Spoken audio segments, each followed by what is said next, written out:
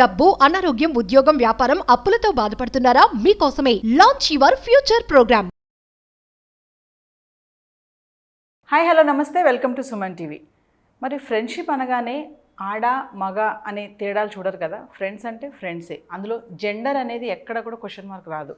కానీ కొంతమందిని చూసుకుంటే ఒక అమ్మాయి, నేను ఆ అమ్మాయి లేకపోతే ఉండలేను, ఆ అమ్మాయితోటే ఉండాలి, నాకు ఆ అమ్మాయితో అంత రిలేషన్ ఉంది, ఆ బాండింగ్ ఉంది. అలాగే అబ్బాయి కూడా ఆ అబ్బాయితోటే బాండింగ్ ఉంది. ఒక అబ్బాయితో ఉన్నప్పుడు కూడా వేరే అమ్మాయి ఆ ఆలోచనలు రాకుండా అటువంటివి కూడా జరుగుతున్నాయి. మరి ఈ సేమ్ సెక్స్ అనేది అమ్మాయి అబ్బాయి మనం చూస్తూనే ఉన్నాం కదా. మరి ఇది ఎందుకు వస్తుంది? ఈ తేడాలు ఎందుకు ఉంటాయి? ఇలాంటి కోరికలు రావడానికి కారణాలు ఏంటి? వీళ్ళని ఎలా గుర్తించాలి? మరి ఇవన్నీ తెలుసుకోవాలనుకుంటున్నాం కదా. మరి దీనికి సంబంధించి motivational speaker and counsellor Rajani Ramma గారు ఉన్నారు. మేడంతో మాట్లాడదాం. నమస్తే మ్యామ్. నమస్తే మ్యామ్. లెస్బియన్స్ ఇప్పుడు చూసుకుంటే మనము అమ్మాయే కదా, ఫ్రెండ్సే కదా, ఏమవుతుందిలే వెళ్ళని అంటున్నారు. అలా ఉన్న పేరెంట్స్ ఏంటంటే వాళ్ళకి తెలియదు. అలాగే అబ్బాయిలు కూడా. కానీ అది క్రమేపా ఏమవుతుందంటే, నేను అమ్మాయి లేకపోతే ఉండలేను, నేను అమ్మాయితోటే షేర్ చేసుకోవాలి, ఆ అమ్మాయితోటే వెళ్ళాలి, ఆ అమ్మాయితోటే ఉండాలి. అది లాస్ట్కి ఏమవుతుందంటే నేను మ్యారేజ్ కూడా చేసుకుంటాను ఆ అమ్మాయినే అని అంటున్నారు. మరి అసలు వీళ్ళని ఎలా గుర్తించాలి? ఎప్పుడు ఇవన్నీ అంటే రిలీజ్ అవుతాయి, ఈ హార్మోన్స్ అనేవి ఇవన్నీ ఎప్పుడు ఏ టైంలో రిలీజ్ అవుతాయి? వాళ్ళు ఎందుకు ఇలాంటి ఆలోచనలు వస్తాయంటారు? అసలు ఇది అసలు వీళ్ళకి పేరు అట్లా లెస్బియన్స్ అని పెట్టారు. అసలు ఒకప్పుడు పేరెంట్స్ అబ్బాయిలతో మాట్లాడితే ఊరుకునేవారు కాదు, ఎందుకంటే అదో రకం చెడు జరుగుతుందని. మధ్యలో ఇప్పుడు వరకు కూడా ఏంటి, అమ్మాయిలు అబ్బాయిలు కలిసి స్నేహం చేస్తున్నారు. ఇప్పుడు వచ్చేసి అమ్మాయితో మాట్లాడితే అనుమానం పడే రోజులు వచ్చాయి. అంటే ఎంత మార్పులు వచ్చేసినాయి అంటే, మన ఆలోచనల్లో మార్పులు వచ్చినాయి. సమాజం అయితే ఏమి మారలేదు. అంటే ఇటువంటి విషయాల్లో జెన్యున్గానే అమ్మాయికి అబ్బాయికి పెళ్లి చేయాలని అనుకునే వ్యవస్థగానే ఉంది ఇప్పుడు ఇంకా కూడా. కానీ ఈ మార్పులు ఏంటి, ఫ్యాషన్గా చేస్తున్నారు. కొన్ని ఏంటంటే ఆలోచనలు, మగవాళ్ళతో మనకు ఎందుకులే ఇలా జరుగుతున్నాయి. అసలు ఇది ఎలా అంటే 19th సెంచరీలో ఇలాంటివి ఎక్కడో కొన్ని చోట్ల విని ఉన్నాం మనం. అది ఏంటంటే, ఈ ఆడవాళ్ళని ఇష్టపడటము, వాళ్ళతో తిరగాలనుకోవడము, వాళ్ళని కిస్ చేయాలనుకోవడము, వాళ్ళతో సెక్స్ చేయాలనుకోవడము.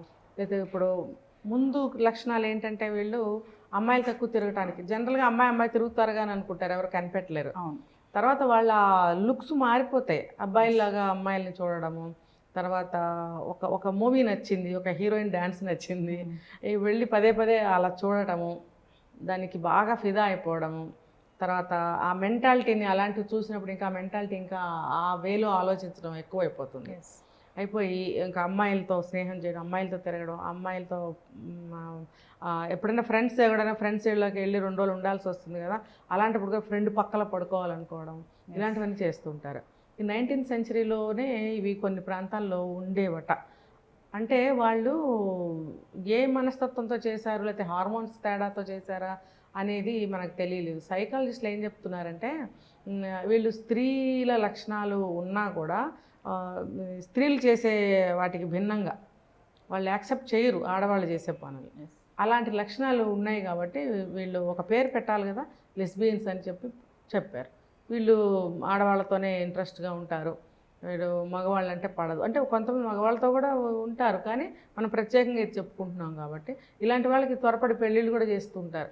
తర్వాత బయటపడతాయి గొడవలు ఇన్ని. కాబట్టి వీళ్ళని సొసైటీకి దూరంగా ఉంచాలి. 20th సెంచరీలో తర్వాత బాగా ఎక్కువైనాయి. ఇప్పుడు ఐరోపా కానీ, తర్వాత యుఎస్లో రకరకాల క్యారెక్టర్స్ని, రకరకాల లైఫ్ స్టైల్స్ని చూస్తాం మనం. ఒక ప్రాంతం అది లాస్ ఏంజల్స్ అని ఉంటుంది, లాస్ వేగాస్.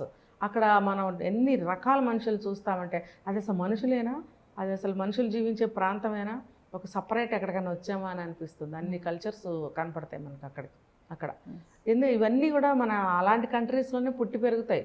అది జాడ్యం కరోనా వచ్చినట్టు వస్తున్నాయి అన్నమాట అన్ని కంట్రీస్ వేరే దగ్గర నుంచి. అంతేగాని ఇదేం పెద్ద మీరు అన్నట్టు హార్మోనల్ ప్రాబ్లము కాదు, లేకపోతే లోపల వచ్చిన ఇంకొక రోగము కాదు, కావాలని చేసేవి కూడా ఉంటున్నాయి. ఎందుకు మనకి రిస్క్లు అని అన్నట్టు. సో ఆ కంట్రీస్లో అప్పుడు ఏం చేశారంటే, ఆడవాళ్ళు కొంతమంది వాళ్ళ లైఫ్ని రహస్యంగా పెట్టడం, అంటే వాళ్ళ యాక్టివిటీస్ ఎవరికి తెలియకుండా దాచిపెట్టడం. తర్వాత వాళ్ళు సపరేషన్గా ఉండటానికి ఆలోచించడం, ఇవన్నీ చేయటం వల్ల గవర్నమెంట్ సమాజం అనేది ఒకటి ఉంటుంది కదా, ఆ సమాజం అనేది వీళ్ళని వెలివేస్తుంది. ఏంటి ఈ లక్షణాలు, వాళ్ళతో మనకెందుకులే అని పట్టించుకొని దూరంగా తిరుగుతుంటారు. వీళ్ళు ఆ వెలివేయటం వల్ల ఏమవుతుంది, వీళ్ళకి ఒక లేబుల్ అంటించేస్తారు, ఒక ట్యాగ్, వీళ్ళు దూరంగా ఉండాలి.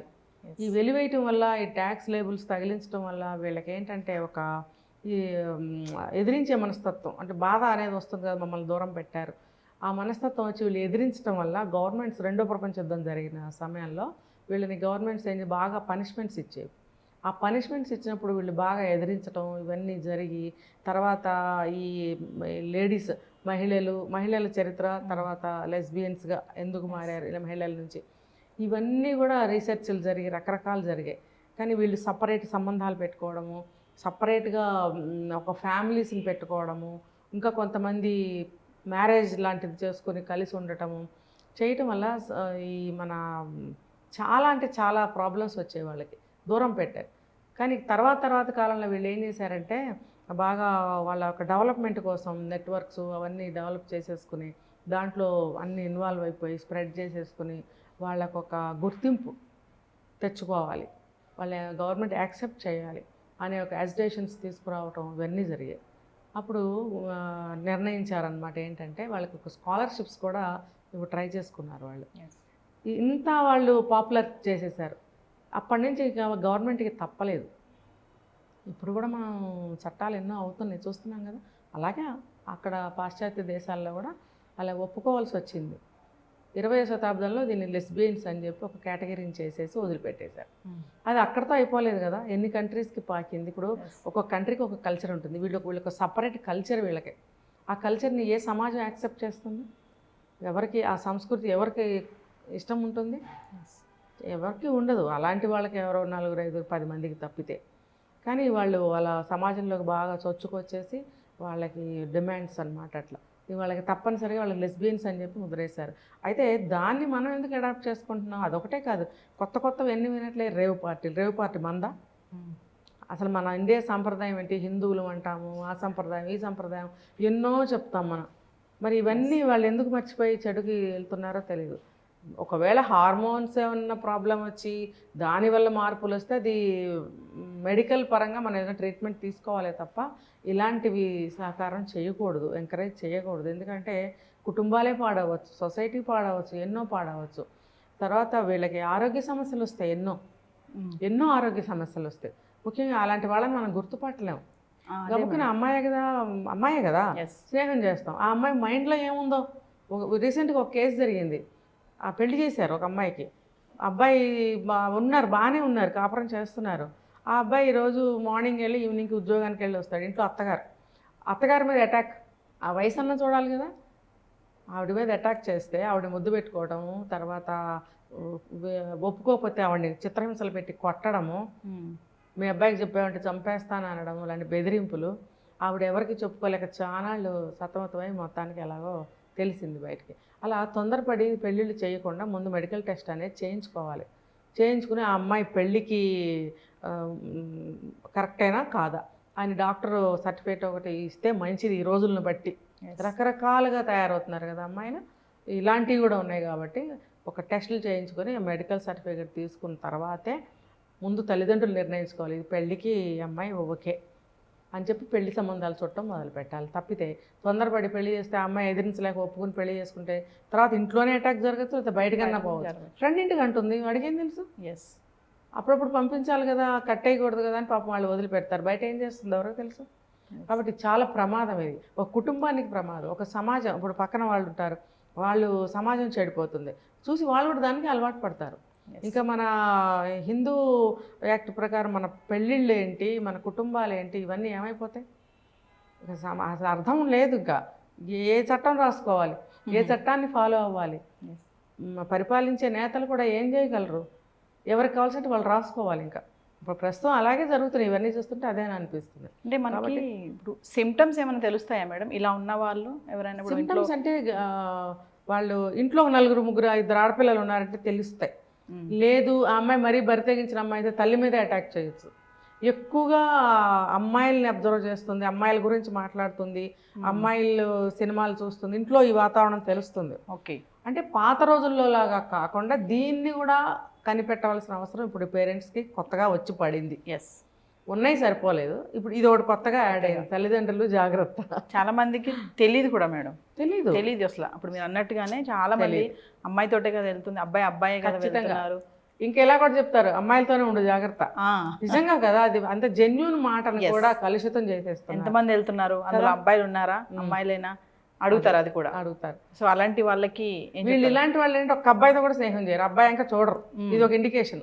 ఓకే. ఒక అన్నదమ్ములు ఉన్నా సరే వాళ్ళతో కూడా మాట్లాడకపోవచ్చు, తండ్రితో మాట్లాడకపోవచ్చు. ఓకే. సో టీనేజ్లో ఉన్న అబ్బాయిలు కానీ అమ్మాయిలు కానీ ఇంత క్లోజ్గా వాళ్ళతో అంత అటాచ్మెంట్గా ఉంటున్నారు అంటే ఖచ్చితంగా మనం కొంచెం అబ్జర్వేషన్ చేయాల్సి ఉంది. ఆమె యాక్టివిటీస్ కూడా కొన్ని డిఫరెంట్గా ఉంటాయి ఇంట్లో. ఎస్, అవి మనం గమనించుకోవాలి. ఇప్పుడు కొత్త విషయం కాబట్టి మనం బ్రెయిన్లో పెట్టుకునే విషయాన్ని కాన్సన్ట్రేట్ చేసి కనిపెట్టాలి. అంటే మళ్ళీ పిల్లలు బాధపడచ్చు, వాళ్ళకి తెలియకుండా ఒక కన్ను వేసి ఉంచాలన్నమాట. సో టీనేజ్ ఉన్న పిల్లలకి ఏంటంటే ఇది ఒక పెద్ద ప్రాబ్లం అన్నమాట పేరెంట్స్కి. ఇది ఒక టాస్క్, కొత్తగా ఇది వెళ్తుంది కాబట్టి ఆ అబ్జర్వేషన్ ఖచ్చితంగా ఉండాల్సిందే పేరెంట్స్ అనేవాళ్ళు. ఏంటి వాళ్ళకి అనారోగ్యం కూడా చేస్తుంది. ఎస్, దీనికి వాళ్ళకి హెల్త్ ప్రాబ్లమ్స్ కూడా వస్తాయి. సమాజ పరంగా కానీ రాజకీయ పరంగా కానీ ఒక వ్యవస్థ ఏది చూసుకున్నా కూడా అది ఆరోగ్యకరమైనది కాదు. అది అబ్జర్వ్ చేస్తే మనకి ఎక్కడ దాకా వెళ్ళకుండా దాన్ని మనం స్టార్టింగ్లోనే కట్ చేయొచ్చు. లేదంటే యూరోప్ యూఎస్లో లాగా అక్కడలాగా మనకు కూడా ఇంకా అలాంటివి ఏమైనా చేసుకోవాలి, చట్టాలు ఉంటాయి కదా, వాళ్ళ హక్కులు పోరాటాలు. ఇంకా ఇక్కడ మన ఇండియాలో అవి కూడా వచ్చాయంటే మన దేశం ఏ గతికి వెళ్తుందో ఆ భగవంతుడికి తెలియాలి.